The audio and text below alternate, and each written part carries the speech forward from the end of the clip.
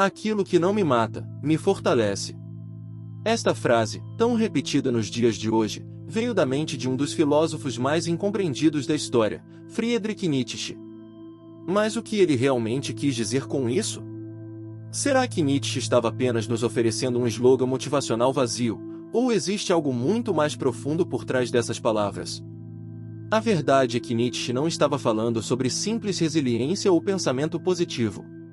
Ele estava revelando um segredo fundamental sobre a natureza humana, um segredo que, uma vez compreendido, pode transformar completamente sua relação com a dor, o sofrimento e os desafios da vida. Hoje, vamos mergulhar nesse segredo. Vamos descobrir como Nietzsche, um homem que viveu com dor física constante, rejeitado pela sociedade de seu tempo e que enfrentou o colapso mental antes de morrer, desenvolveu uma filosofia que pode nos tornar verdadeiramente inquebráveis.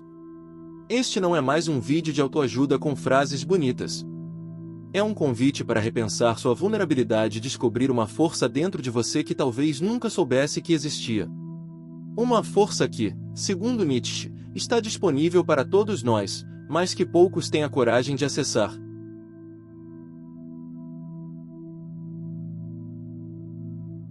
A ilusão da segurança.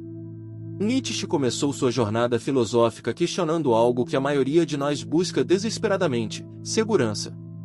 Ele observou como as pessoas de seu tempo, e isso continua verdadeiro hoje, organizam suas vidas inteiras em torno da ideia de evitar a dor. Construímos sistemas de crenças, relacionamentos, carreiras e identidades com um único propósito oculto: nos proteger do sofrimento. Mas Nietzsche viu algo profundamente problemático nessa busca. Ele percebeu que quanto mais tentamos nos proteger da dor, mais frágeis nos tornamos. É como um músculo que nunca é usado, ele atrofia.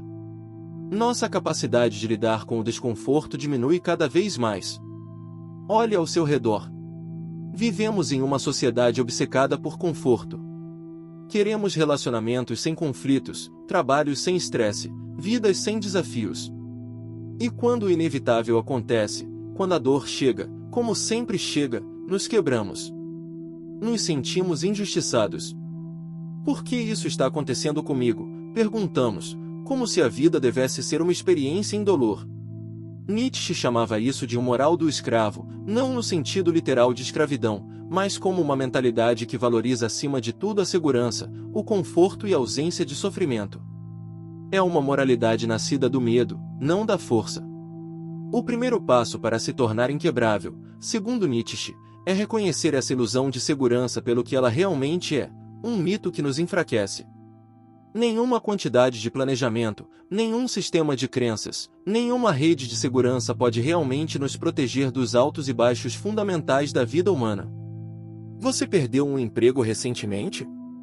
Um relacionamento terminou? Enfrentou uma doença ou perda? Esses momentos não são desvios do caminho da vida, eles são o próprio caminho. E sua reação a esses momentos revela muito sobre quem você realmente é. Quero que você comente abaixo.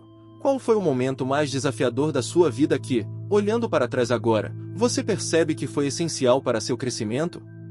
Compartilhe sua experiência, sua história pode ser exatamente o que alguém precisa ouvir hoje. O ressentimento, o veneno interno. Nietzsche identificou o maior obstáculo para nos tornarmos inquebráveis. Não é a dor externa, não são as circunstâncias, não são as outras pessoas. É algo que ele chamou de ressentimento, um veneno interno que consumimos voluntariamente. O ressentimento começa quando nos sentimos vítimas da vida. Quando acreditamos que fomos tratados injustamente. Quando culpamos os outros, o mundo ou até mesmo Deus pelos nossos sofrimentos. É uma reação perfeitamente natural, todos nós já sentimos isso. Mas Nietzsche viu o ressentimento como um veneno lento que paralisa nossa capacidade de crescer. Quando você guarda ressentimento, está essencialmente dizendo: minha dor é culpa de outra pessoa ou circunstância, e não posso avançar até que isso seja corrigido ou vingado. É uma posição de impotência disfarçada de justiça. Pense nas pessoas que você conhece que estão presas no ressentimento. Talvez seja alguém que não consegue superar uma traição.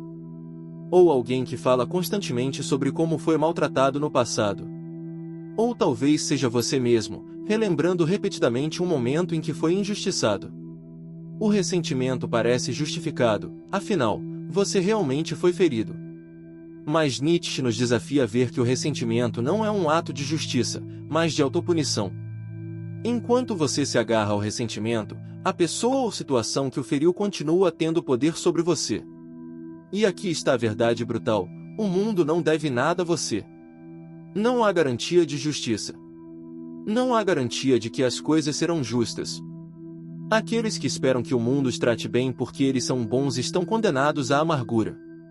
Nietzsche estava nos convidando a fazer algo radical, a abandonar a expectativa de que o mundo deve ser justo. Isso não significa aceitar ou justificar o mal, significa simplesmente reconhecer a realidade como ela é, não como gostaríamos que fosse. Quando você liberta-se do ressentimento, recupera seu poder.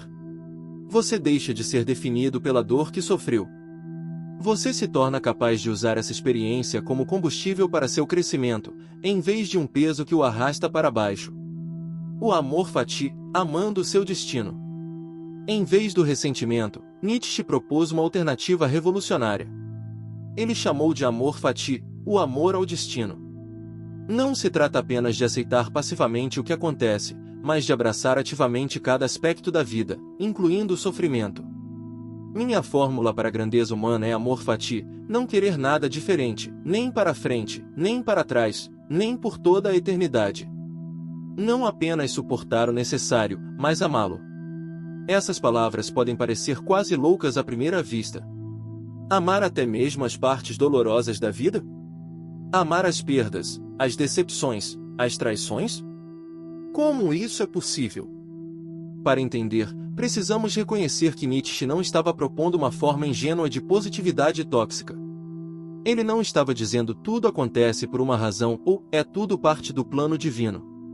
Ele estava sugerindo algo muito mais profundo, a capacidade de integrar todas as experiências, boas e ruins, em uma visão maior de quem você é. O amor fati não é resignação. Não é dizer isso é ruim, mas vou fingir que é bom. É reconhecer que o valor de uma experiência não está em seu prazer ou dor momentânea, mas em como ela se torna parte da sua história. Pense em sua vida como uma grande história. As melhores histórias não são aquelas onde tudo é perfeito e o protagonista nunca enfrenta desafios. As melhores histórias são aquelas onde o protagonista enfrenta dificuldades aparentemente insuperáveis, e através dessas dificuldades, descobre uma força que não sabia que possuía. Quando você ama seu destino, transforma cada obstáculo em uma oportunidade. Cada dor em um professor. Cada perda em um espaço para algo novo crescer. Este é o verdadeiro significado de daquilo que não me mata, me fortalece. Não é que o sofrimento automaticamente nos torna mais fortes. É que, com a atitude certa, com amor fati, podemos extrair força até mesmo das experiências mais dolorosas. Você já conheceu pessoas assim? Pessoas que enfrentaram tragédias inimagináveis e, de alguma forma, não apenas sobreviveram, mas emergiram com uma profundidade e sabedoria que inspiram todos ao seu redor. Essas pessoas não são especiais porque sofreram menos, elas são especiais porque amaram seu destino, com todas as suas dificuldades. A vontade de poder. No centro da filosofia de Nietzsche está um conceito frequentemente mal compreendido: a vontade de poder. Muitos interpretam isso erroneamente como o desejo de dominar os outros. Mas o que Nietzsche realmente queria dizer era algo muito mais profundo e pessoal. A vontade de poder, para Nietzsche, é o impulso fundamental para superar a si mesmo, para se tornar mais do que você é agora. Não é sobre controlar os outros, é sobre dominar a si mesmo e suas circunstâncias. Quando enfrentamos adversidades, temos duas escolhas fundamentais.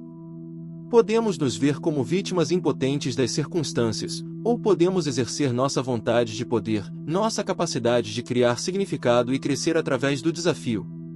Veja bem, a vida não tem significado inerente.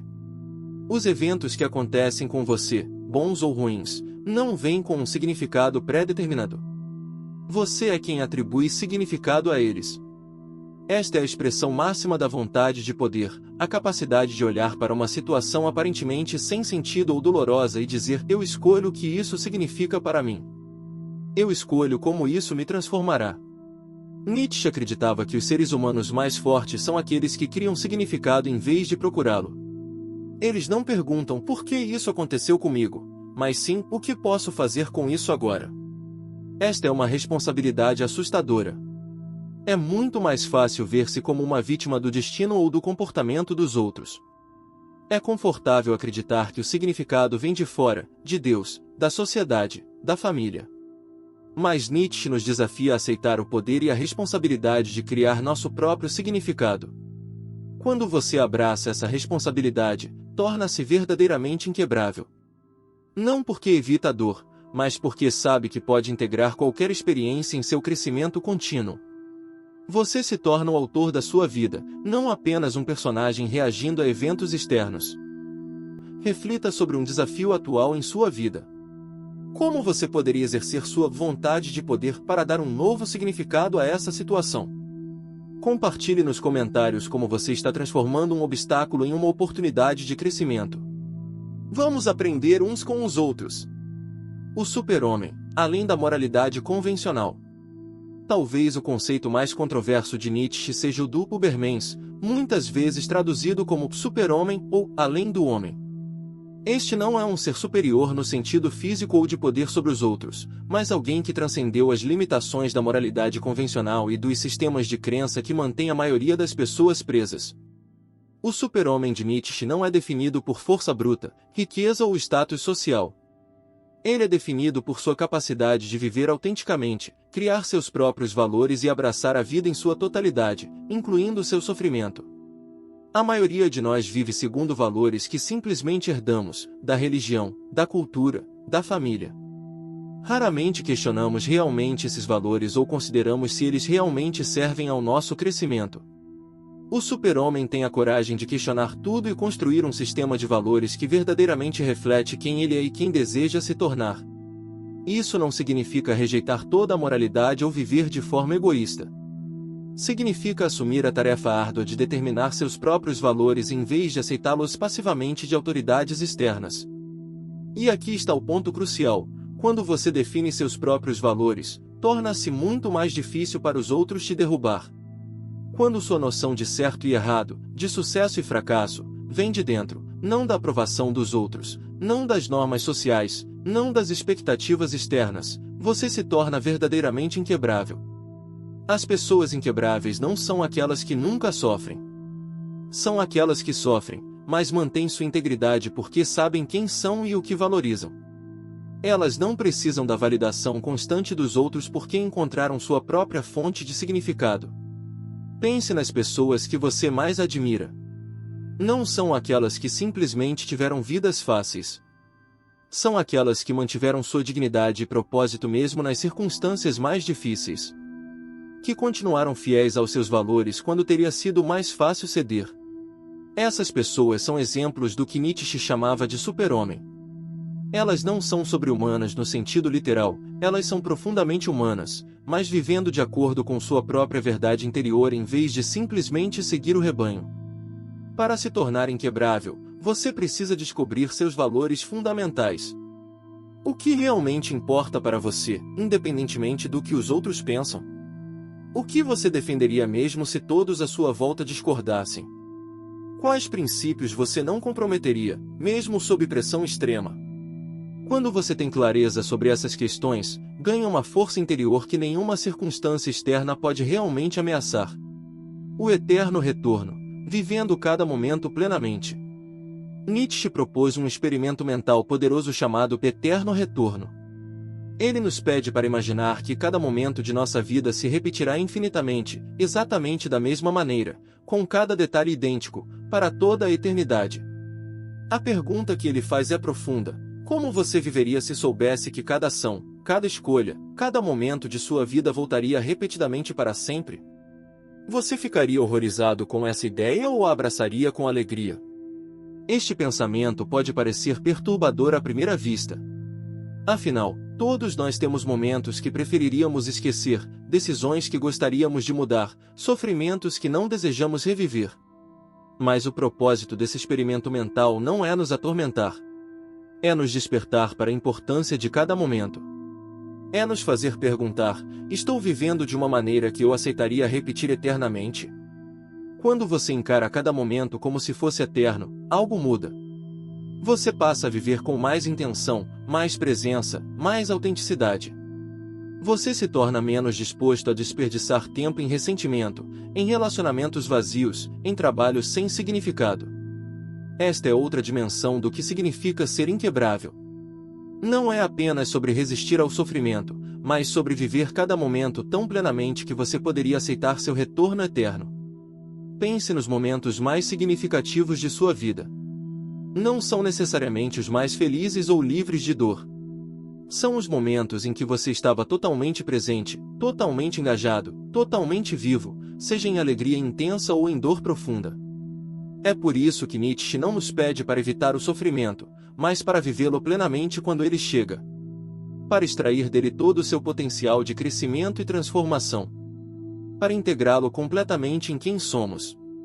A pessoa inquebrável não é aquela que nunca sofre, mas aquela que sofre conscientemente, que extrai significado de cada experiência, que vive cada momento, bom ou ruim, como se fosse escolhê-lo para retornar eternamente.